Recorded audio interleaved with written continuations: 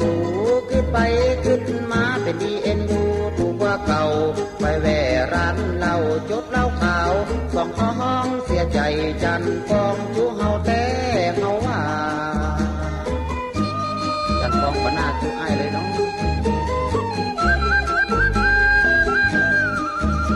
ไปแอวบ้านน้องสายคอง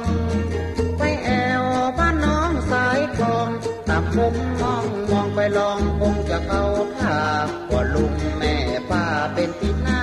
เสียใจบ่ดันเกี่ยวตีนกันได้เพิ่นดับไฟเสียก่อนไปบ้านงามงอนสีอ่อน4,000เพิ่นเล่าลือกันเป็นสาวงามตึงผู้บ่ดันได้ผู้เพราะว่าพ่อ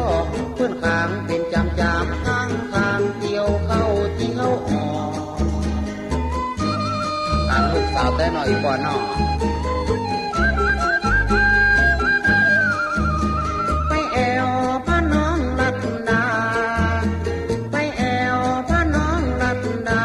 พ่อเปิ้นเอิ้นมาว่าลัดดาบ่อยู่นอกยังมาช้ำชอกหัวอกหัวใจล้นเข้าในเตาไฟก็ยังกันหันคนอยู่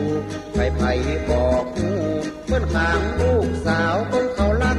บ้านนาวที่เก่ามันมีน้ำบ่ออายจะขอพอ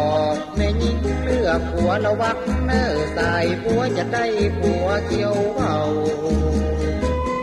เลือกตามแทกจะได้แจกคนรู้กันเป็นผัวเกี่ยวเบาให้บอกผัวไหนจะน้องถูกหวยรางวัลที่หนึ่งสัก2 ใบถูกหวยรางวัลที่หนึ่งสัก2 ใบให้จะซื้อมอเตอร์ไซค์เอาต่อใหญ่ต่อเล่าเสารถเก่งกันยาวให้จะเอาสีแดงราคาแบ่งอย่างเจ้านะให้ใหญ่จะแบ่งบ้านใหม่ติดอย่างดีตู้เย็นทีวีโซฟาผ้าม่านแล้วจะแต่งงานเมื่อมันสมใจสาวหูจังรับไฟแล้วเฮา